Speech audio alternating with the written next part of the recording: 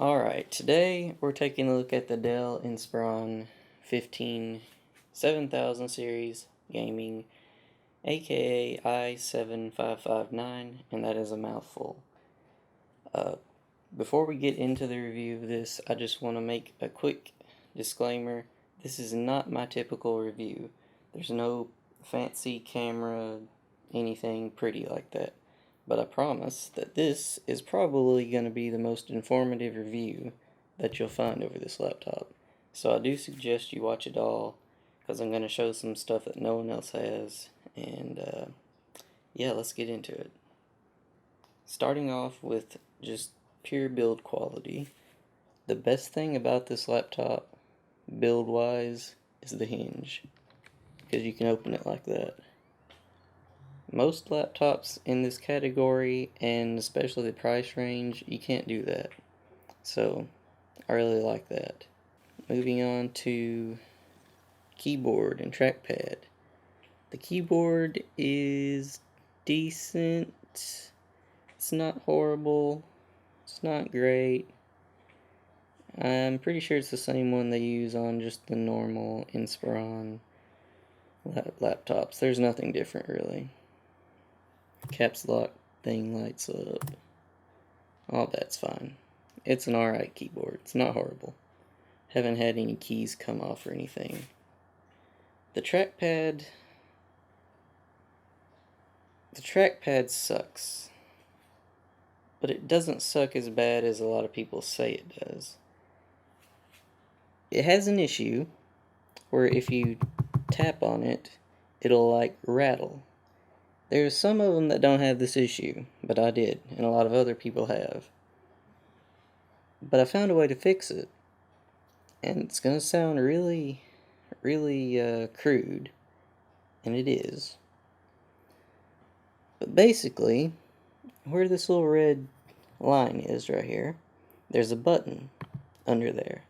It's a little dome key switch like in a membrane keyboard, and that's what makes the thing click. It's a diving board mechanism, and that button is what registers the click. The problem in the manufacturing process is there's too much space left in between the body of the laptop and the diving board switch, so it rattles when you do this. And it's really bad. I wish I would have took a video of it before I started the review. It's really bad. I couldn't use the trackpad because it pissed me off so much. Bought this G602. It's great. You should get one. But I fixed it by taking a piece of paper, and it sounds really bad, but take a piece of paper, fold it over once, and you have to like work it in this crack. And once you work it in the crack, you can slide it over to this point, and it'll stop when it hits the membrane switch. You can't slide it under the switch for some reason. There's not enough room, I guess. But once it touches it, it stops the rattling, and it feels like a normal trackpad now. I found this because a guy on YouTube, he had an XPS 15. They have the same style trackpads, right? And he took the back off of the laptop. And I actually tried this. It doesn't work on here. He took the back off the laptop, and when you take the battery out, you can just take the trackpad out. Then you can't do it on here. I tried. There are other covers. You have to take it completely apart. I'll link the video. But yeah, everything works alright now. It tracks, iffy, but it's usable. I still use it. It's okay.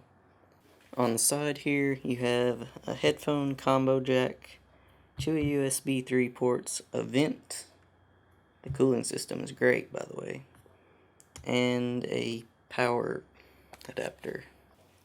On the other side, we have is it a Kensington lock? I don't know what they're called. I don't use them, but it's that lock thing.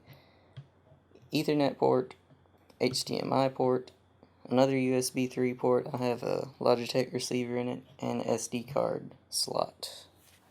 Now, moving on to the screen. The screen is something that a lot of people criticize on it because they don't think it's good enough. But keep in mind, this thing cost $800. Okay? $800. Most laptop screens at $800 are shit. Like, really bad. There's no viewing angles, but this one is fine. Okay? It's fine.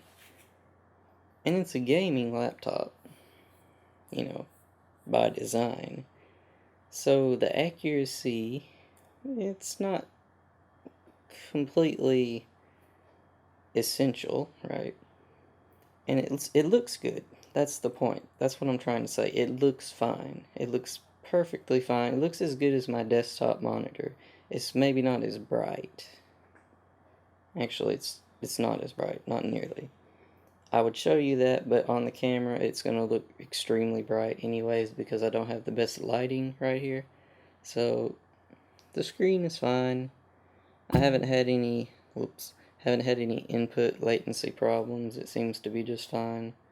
Yeah, so screen, we're good. Now as far as the camera goes, I don't use it. But it looks fine. It's a little bit washed out maybe. Stop it, cat. It's a little bit washed out, but it's way better than most communication webcams are anyways. I bet this is better than the Apple, that little one. What is it? MacBook. Now the next thing is audio. Audio is important, right? Yeah, not to Dell. They don't give a shit. That would cost too much. I have something on here. The speakers themselves are pretty horrible. And the software isn't making things any better. If this will open, which it doesn't seem to want to. Come on. I'm not gonna cut this, by the way, because this is what you have to deal with sometimes. Okay, well, it won't open, but there's a software suite that comes with it. It's a Realtek chip. It's Realtek audio. But Dell has specific drivers for it. And there's a replacement in the software for Realtek Audio Manager. And it's called Dell Audio. Even if you get the driver from Realtek, it will install Dell Audio. And that is a replacement for Realtek Audio Manager. That wouldn't be a problem, except Dell Audio is shit. It's just really bad. Nothing works really well with it. But I have the equalizer set up to where the speakers sound best, in my opinion. So I'm just going to let you hear a quick music sample so you can get an idea of how bad it sounds. I can live with it. I mean, I have this for college, so... And when I'm gaming, I use headphones. So, it's not the end of the world, but just take a listen.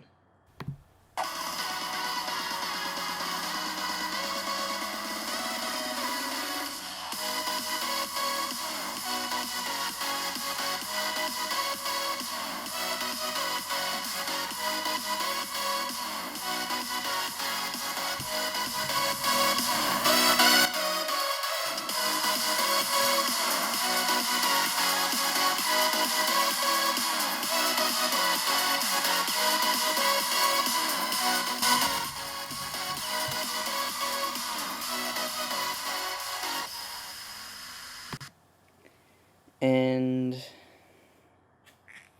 yeah, not best, not worst. It's not the end of the world. It has a subwoofer built into it.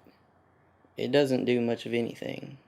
This speaker is far, far worse than my Moto X's speaker. Something I'm going to do that most reviewers wouldn't is I'm going to actually show you what the headphone jack audio sounds like. And I'll do that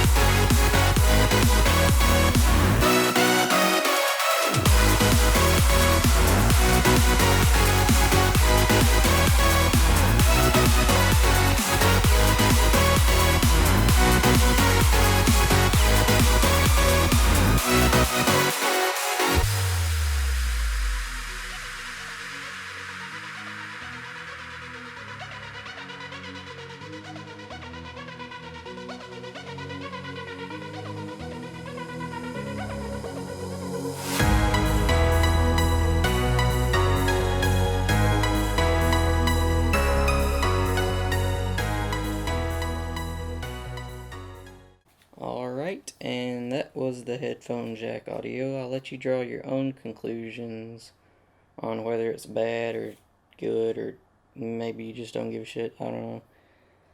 It matters to me, and I don't really think it sounds that good. So, yeah. But once again, it's tolerable. It is tolerable. But battery life. Everyone wants to know what the battery life is. It's good. It's probably the best you're gonna get for this type of laptop. It has a really, really large battery for the size of the laptop. 76 watt hours? So I believe it's 76, either 75 or 76. And that's good. Most laptops this size have 54, I believe. And you can expect a good 4 hours out of this. 4 to 6 is what I usually get. If I do anything like video editing, maybe 2. But I use the NVIDIA GPU when I'm video editing, so that almost equates to light gaming. It may be worse than light gaming. I don't actually know.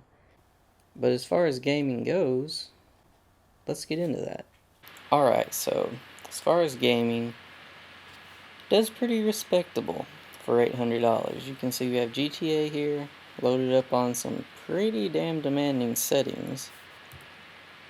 I'll just let you look at them real quick. You can see it does just fine. It doesn't usually dip under 50.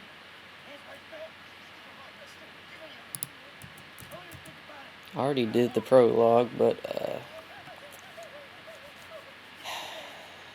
I don't know why it decided to just be like, oh, no you didn't.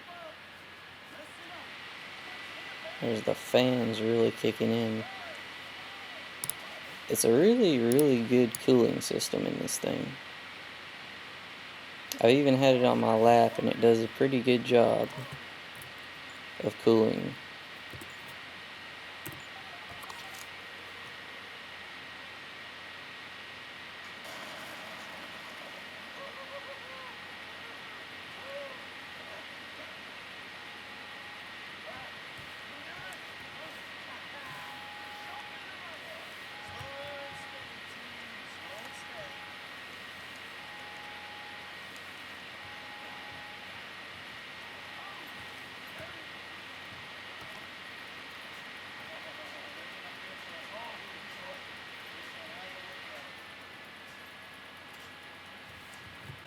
Alright, now we're going to try out some Rocket League.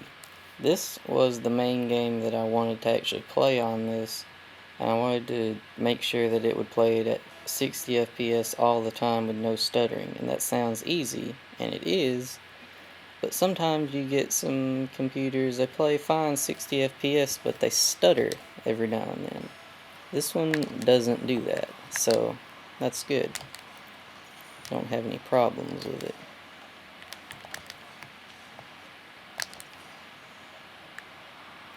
And I'll just let you watch a little bit of gameplay so you get a good idea of how smooth it is and whatnot. But yeah, I've never had any noticeable frame drop. And I'm not extremely good at this game either, I just really enjoy it. And there's FPS counter up there. I don't know if it shows up very well on the camera or not.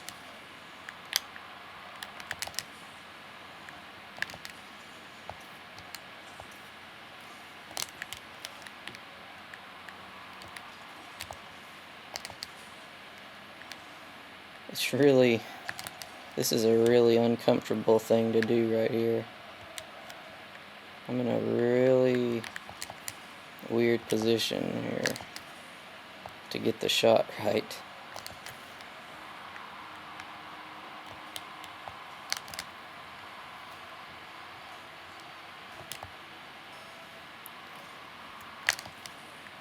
While I'm playing this, I guess I should probably take the opportunity to talk about one of this laptop's biggest issues, and that is Bluetooth. This works off Bluetooth, and as you can see, it's working perfectly right now.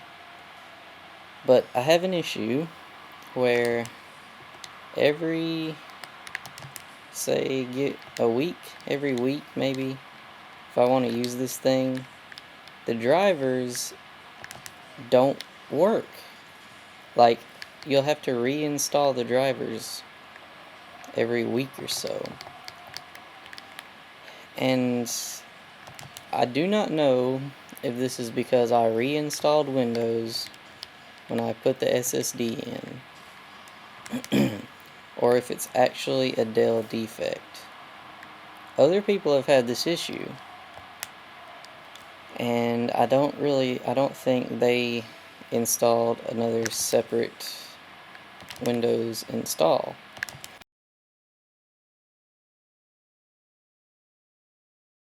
It doesn't always do it. It's been fairly reliable lately, but when it does happen, it's at the most inconvenient of times. And I don't know, it's the worst thing, man.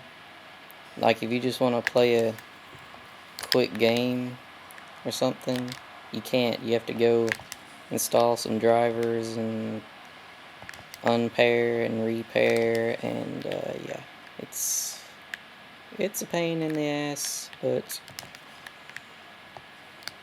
hopefully it's just because I uninstalled Windows. I did something wrong, I don't know, but yeah,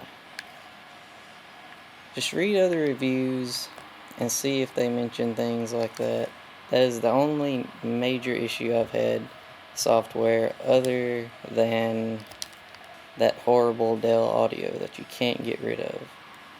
And you can use the default Windows generic driver for the speakers. But in order to do that, if you want to do it, I'm going to tell you how. In order to do that, you have to uninstall the Realtek drivers completely, and then you reboot. And Windows will automatically reinstall a Realtek driver for you. What you then have to do is go to the program files folder for the Realtek audio. I forget what it's called, but it's pretty self-explanatory. I'm just going to stop playing. I can't talk and play. But you have to go there, and you have to deny permission to the system to write to it. Because if the system has permission to write to it, Windows will automatically keep installing that driver. Let me see. Program files.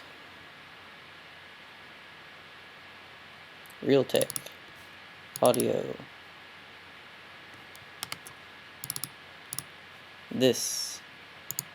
You have to deny permission for the system to write to that. So, once you do that, you just delete everything in here, and then you can use the generic Windows sound driver. And if you don't know what I'm talking about, then you don't need to do it. But for the few people who really care, you can do that. And that's how you do it. Now, I said I put an SSD in it. I put a Samsung 850 EVO M.2 SATA 3. And I also put 8 gigabytes of RAM. And as you can see, the thing is pretty damn zippy.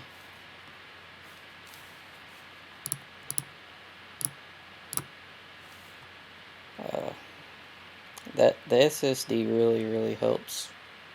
It just makes it a whole lot better machine. Just a whole lot better. All in all, it cost roughly $1,000. I have the i7 version also, so it's a really good price for performance laptop. It's really good. It's probably the best you're gonna get at the current time. It has i7 6700 HQ, so it is the quad-core variant of the mobile i7, I guess. It's the same variant that's in the 15-inch MacBook Pro and the Razer Blade and all the high-end gaming laptops. So you have the processing power if you want to do things that are processor intensive. You just don't have the really high-end GPU, but it is sufficient. It's also less power hungry than the more powerful GPUs, which is nice for me because I have this for college, so I need battery life. It works pretty good. Alright, this is an afterthought, and my camera's dying, so I gotta stop. But one more thing on build quality. Some people are gonna ask about screen flex, and there is some, but it's really not much. And here, there's a little bit. If you open it, you can kind of move that, but it's really not much at all. I haven't cleaned this properly since I got it. I just wipe it off every now and then. Not because I'm a nasty bastard, but because I wanted you to see what it would look like with about a month of daily, well, not daily, but a month of regular usage. It's alright, could be worse. And this is about the same. That's pretty much it for my review. Overall, I think it's really good for the price. The worst thing about it is the trackpad and the speakers, but the trackpad's not as bad as people make it out to be, especially once you fix it somehow. Speakers can be equalized, and they can sound not as shitty. Webcam's good, screen's good, general build quality's good, keyboard is okay. Only cons I really have that I really despise about it is the Realtek audio that is in it and the occasional Bluetooth hiccup. Your mileage may vary on that, but I don't like it. That's the worst thing about it for me. All in all, I highly recommend it, and I will have an Amazon affiliate link in the description if you'd like to buy it, and I would appreciate it so much if you do decide to buy it, that you could use that link, and it helps the channel out a whole lot, helps me make more better content. And thank you guys for watching. I'll see you in the next one.